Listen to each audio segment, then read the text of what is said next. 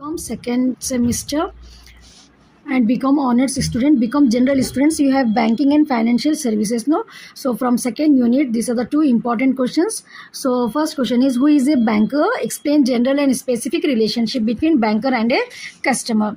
Now first we'll see the definition of who is a banker. A banker is an individual or institution licensed to receive and safeguard deposits. तो bankers कौन रहते हैं? एक individual या institution रहता जिसको licence मिलता कि जो भी licence to receive and safeguard deposit जो भी पब्लिक कराती है उसका सेफगार्ड वो लोग करते बोल के उसके लिए उसको लाइसेंस रहता.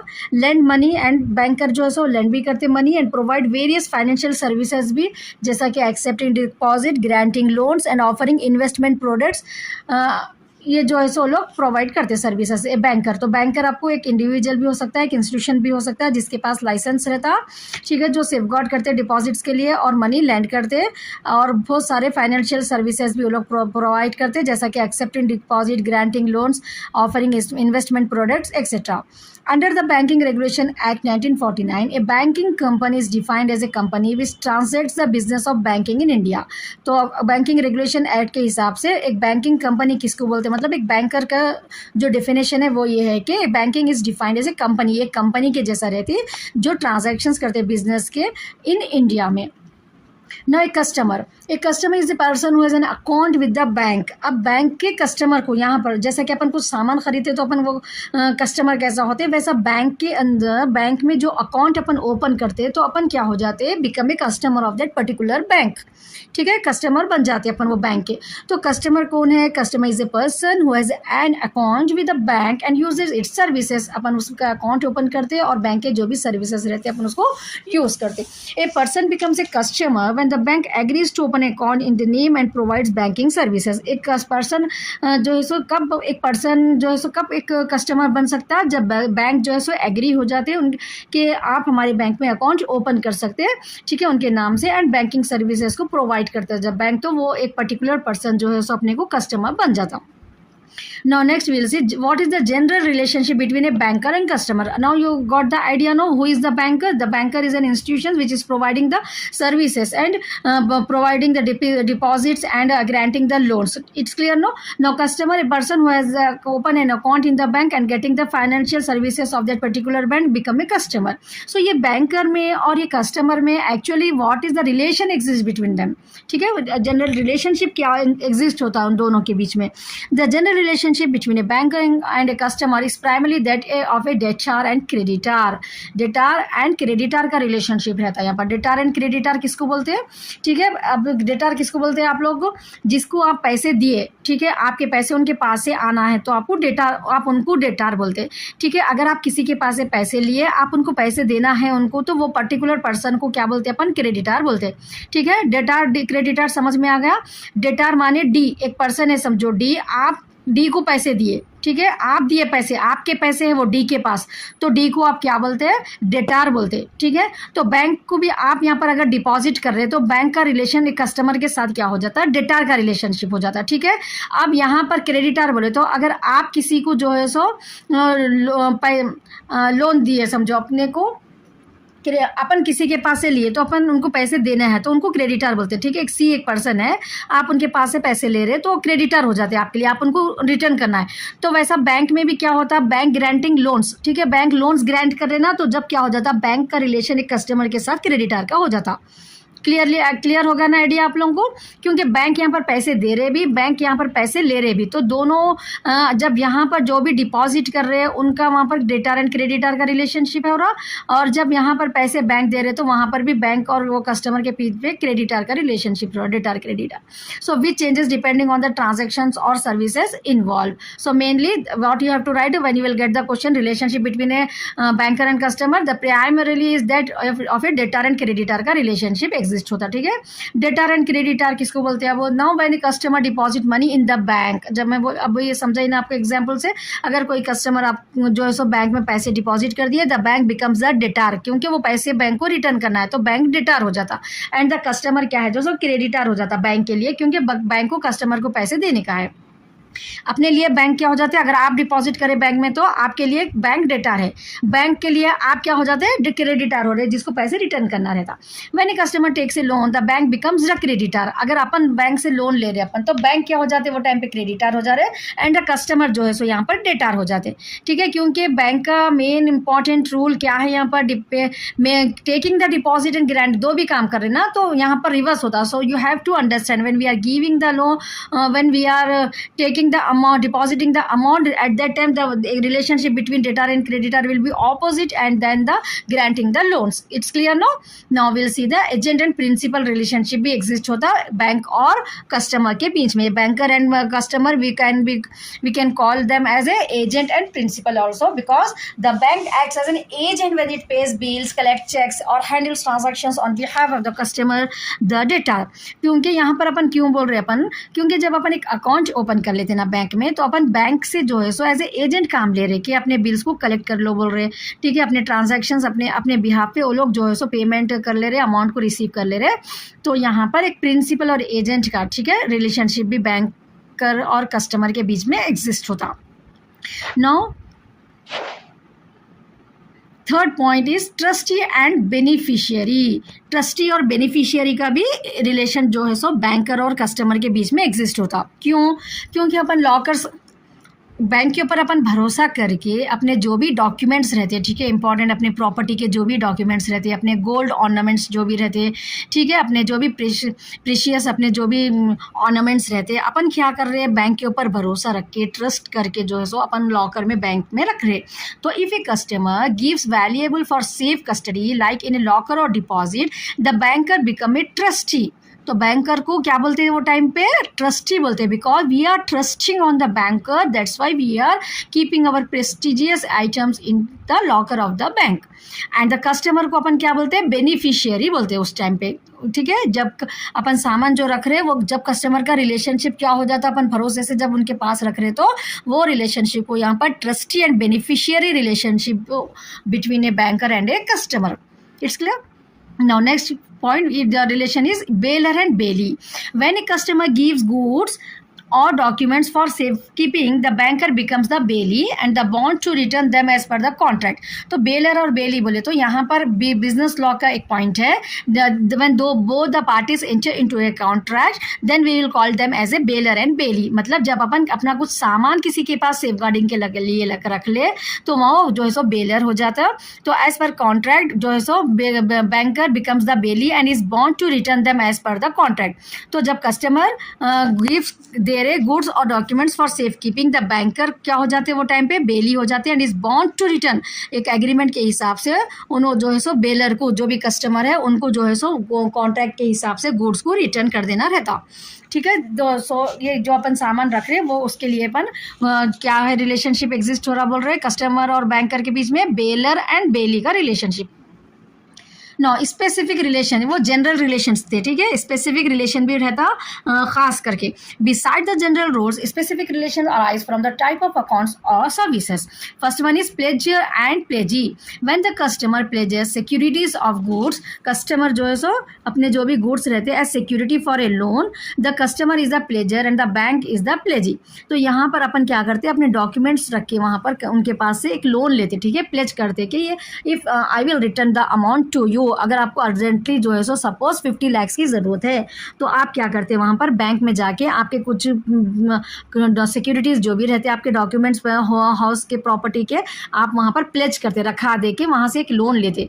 तो द कस्टमर क्या हो गया, प्लेजर हो गया एंड द बैंक जो है सो प्लेजी हो गया। ये कब अराइजेस होता है, ये स्पेसिफिक, ये जो है सो अपने को स्पेसिफिक रिलेशनशिप में आता है, ये खास करके। ठीक है, जनरल में तो वो सब जो है सो कस्टमर्स एक्चुअली वो करते, यहाँ पर खास करके अगर जिसको पैसों की ज़रूरत रही उन्होंने डॉक्यूमेंट्स को रखा के ऐसा खास जब बैंक से लोन लेते तो उन दोनों के बीच में, बैंकर और कस्टमर के बीच में प्लेजर एंड प्लेजी का रिलेशनशिप एग्जिस्ट होता। नेक्स्ट अपने करें mortgager and mortgagee. When a customer mortgages property for a loan, the customer becomes the mortgager and the bank become the mortgagee. Same pledger and का point आप यहाँ पर लिख सकते हैं।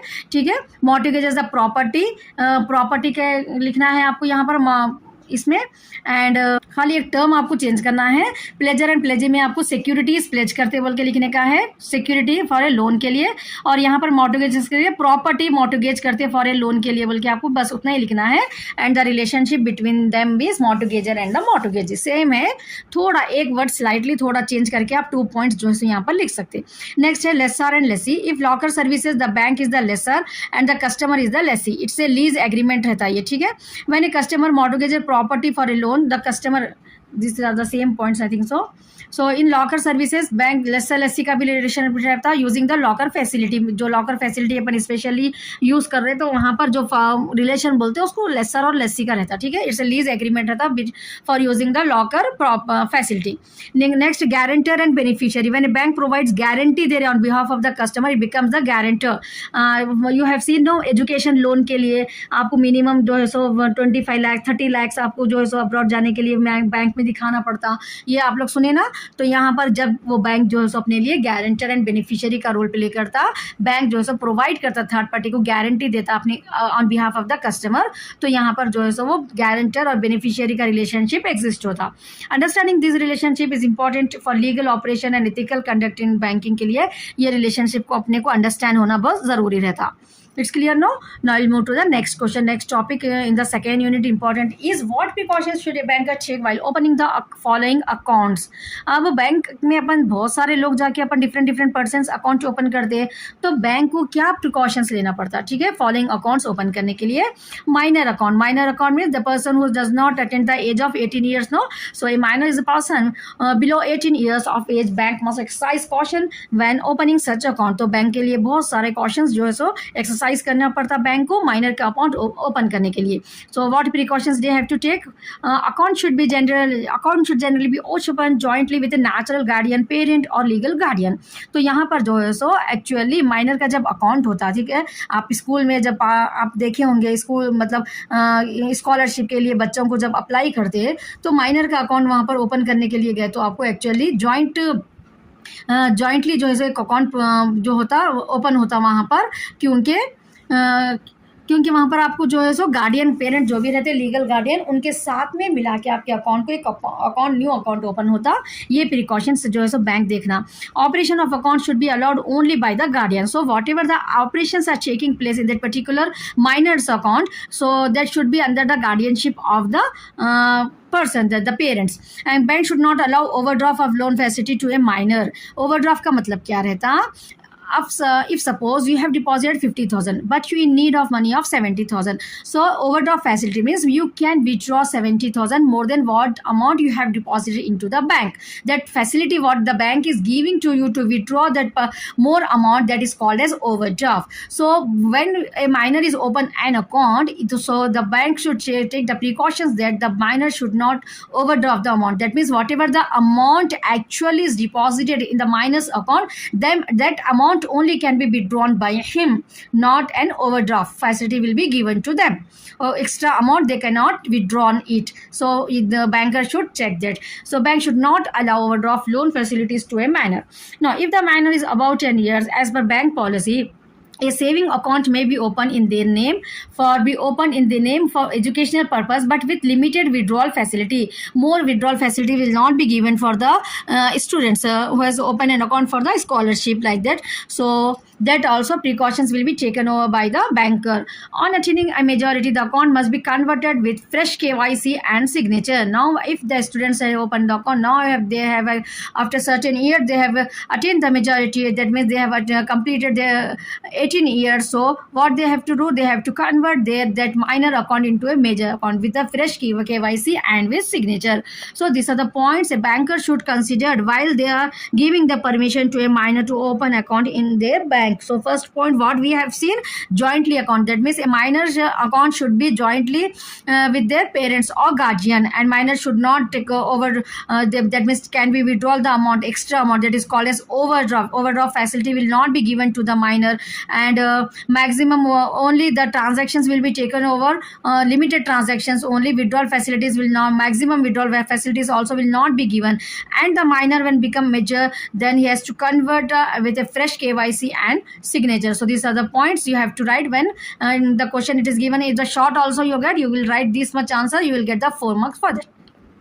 Now, next we will see married woman account. Married women are legally competent to open and operate in a bank account. So, married women are actually legally competent. The married woman is actually major only. It's not a minor. The case with the minor is different, whereas the married woman account will be different. She is legally competent to open an account and operate a bank account. So, but some precautions will be taken by the bank while they are opening an account of married women. So, what are the precautions? Let's check it. Ensure that the woman has independent income or capacity to repay loans, especially if seeking credit. So whenever a married woman is open an account, so the bank should be very very careful के वो जो भी loan वगैरह ले रहे वो lady उन्होंने जो है सो उनकी पर्सनल इंडिपेंडेंट इनकम रहना और लोन उन्होंने खुद पे करने के जो है सो काबिल रहना, ठीक है. Specially if seeking any credit, if she is taking any loan from the bank, then she should have the independent income before granting the loan. The bank should be check whether she is an independent lady, she is able to repay the loan on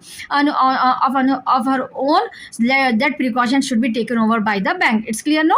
If the account is joined with the husband, clarify operation instruction. Husband clarify operation instructions either और survivor. तो यहाँ पर जो है सो अगर joint account है husband के साथ जो भी operation मतलब के हो रहे वो clarify रहना husband की तरफ से भी, ठीक है. In case of pledge assets or security, ensure the woman legal ownership of और कंसेंट. अगर कुछ एसेट्स ला के उन्होंने लगा रखा है बैंक में, ठीक है, तो बैंक यहाँ पर चेक करना कि वो लीगल ओनरशिप रहना वो लेडी का, ठीक है. In case of pledge assets और या कुछ डॉक्यूमेंट्स वगैरह उन्होंने बैंक में प्लेज कर रहे अगर तो लीगल ओनरशिप है या नहीं है ये चेक करना है अपने बैंक को. In case of loans the banker should assess whether she is offering assets free of incumbents और not influenced by spousal pressure, especially under DRT law. तो अब यहाँ पर कुछ लोन वगैरह लेते जब बैंक को जो यहाँ पर देखना है कि जो भी एसेट्स उन्होंने यहाँ पर मतलब कुछ प्लेज करके यहाँ पर मॉर्गेज करके प्रॉपर्टी को ले रहे अगर लोन, तो वो फ्री ऑफ इनकम्बेंट्स रहना, मतलब कुछ भी वो उनके इन लॉस की तरफ से फोर्सेबल ले लेना. वो लेडी अपनी मर्जी से जो है सो वो लोन के लिए प्रोवाइड कर रहे वो चीज़ों को भी जो है सो बैंक यहाँ पर चेक कर लेना रहता before granting the loan. Maintain clear documentation and KYC compliance is compulsory when they are giving the loan to any married woman. KYC compliant. Next, partnership firm account. Partnership firm are formed by 2 or more individuals to carry on business. We have seen what is partnership, you know very well. Partnership firms are formed by 2 or more individuals to carry the business. 2 से ज़्यादा लोग मिलके जो business को start करते हैं हम वो बिजनेस को पार्टनरशिप फर्म बोलते हैं, ठीक है. Obtain a copy of the partnership deed and verify the names of all partners and their profit sharing ratio. तो बैंक में जब अकाउंट ओपन होता पार्टनर्स के नेम से, so the bank should verify partnership deed में all the partners के name exist रहते ना. तो पार्टनरशिप डीड को पहले पार्टनर्स का अकाउंट ओपन करने से बैंक को ये प्रिकॉशन लेना रहता कि पार्टनर्स में जो है सो वो जो नेम का अकाउंट ओपन कर रहे हो एक पार्टनर है बोल के कंपनी के पर्टिकुलरली रियली ही एग्जिस्ट एज ए पार्टनर और not. How the bank will verify by obtaining a copy of partnership deed and verify the name of all the partners and their profit sharing ratio. ठीक है, bank को जो है सो ये responsibility है, ये precaution है कि जब कोई पार्टनर बैंक में अकाउंट ओपन करने के लिए आए तो पार्टनरशिप डीड में उनका नाम है या नहीं है वेरीफाई करना, ठीक है. प्रॉफिट शेयरिंग रेशियो क्या है उनका वो भी वहाँ पर चेक कर लेना. Get registration certificate if the firm is registered, अगर है तो सर्टिफिकेट भी जो है सो चेक करना. Obtain a clear resolution from partners authorising account opening and naming authorise signatories. तो जो पार्टनर्स ओपन कर रहे जॉइंट अकाउंट तो सबके सिग्नेचर्स रहना वहां पर, ठीक है. Verify the powers given to each partner specially regarding borrowing और साइनिंग चेक. तो यहाँ पर वेरीफाई करना कि जो पार्टनर ईच पार्टनर को वहाँ पर एक्चुअली पावर है क्या बोरो करने का, साइनिंग करने का चेक को, या स्पेशली कोई पर्टिकुलर पर्सन को जो है सो ऑथोराइजेशन दिए हुआ है, ये सब वेरीफाई कर लेना रहता बैंक को, ठीक है. बहुत इंपॉर्टेंट रोल रहता बैंक का यहाँ पर when the partners are opening an account, ठीक है. बहुत सारे मिसअंडरस्टैंडिंग हो जाते हैं. So the bank should be very very careful रहना पड़ता है ये पार्टनरशिप के अकाउंट्स पार्टनर्स के अकाउंट को ओपन करते जब उनके पर्टिकुलर बैंक में. Confirm that the account title matches the firm registered trade name से जो है सो अकाउंट टाइटल उन लोगों का मैच होना, ठीक है, जो भी नेम रख रहे हो लोग बैंक में और लोग का जॉइंट बैंक के अकाउंट का जो नाम रखे ना वो लोग, तो लोग के ट्रेड नेम से मिलते हुआ है ना वो, ठीक है। XYZ account, XYZ limited company है समझो, तो XYZ अकाउंट बोल के ऐसा टाइटल जो है सो मैच होना उन लोगों का। इन case of any changes in partners update records and gate fresh mandate. अगर कोई पार्टनर निकल जा रहे, ठीक है, तो बैंक को जो है सो यहाँ पर इंफॉर्मेशन कलेक्ट करना रहता, ग्रेट फ्रेश मैंडेट जो है सो अप्लाई करना रहता पार्टनर्स। ये अदर पार्टनर्स की रिस्पॉन्सिबिलिटी रहती, they have to inform to the bank. So avoid granting loans without proper security and consent of all the partners. If suppose one partner is applying for the loan, so the bank should avoid granting loan. ऐसे लोनों को जो सो एक partner अगर apply कर रहा तो बिल्कुल avoid कर देना जब तक प्रॉपर सिक्योरिटी और ऑल पार्टनर्स का कंसेंट नहीं होता, जब तक कोई भी पार्टनरशिप ऑर्गेनाइजेशन को जो है ना बैंक जो है ना लोन ग्रांट नहीं करना। इन case of any changes in partners update records and gate fresh mandate same only, avoid granting loans, proper security of all partners. Now at last we have to write the conclusion. So I already told you in the first unit, no, conclusion से जो है सो आप एक correction करने वालों के ऊपर आपकी इमेज अच्छी आती, ठीक है। Even though I correct the paper, first I will see that whether the student is writing the conclusion. Conclusion part is what that actually we expect that the topic will be understand by the students, ठीक है। आप जो भी points ऊपर लिख रहे ना वो points आपके समझ में क्या आए, ठीक है। आप क्योंकि सब्जेक्ट ये क्या रहता, स्टूडेंट्स को नॉलेज मिलना ये चीज़ों की। So when we are doing the correction what we expect from you कि आप ये चीज़ों को प्रैक्टिकली समझना, ठीक है। तो कंक्लूजन क्या रहता बोले तो आपके पॉइंट्स रहते, ठीक है। मैं अगेन एंड अगेन बोल रही हूँ ना, आप बिना कंक्लूजन नहीं पढ़े के भी ये, यहाँ तो मैं आपको एक आइडिया दे रही हूँ, तो ये कंक्लूजन एक्चुअली रहता है कि आप जो भी रखे उसको वर्ड्स में आपको लिखना है। आपको पर्टिकुलरली मैं जो अभी समझाई ना वो चीज़ों को माइंड में रख के कंक्लूजन आप 1 पेज लिख सकते हैं, ठीक है ना।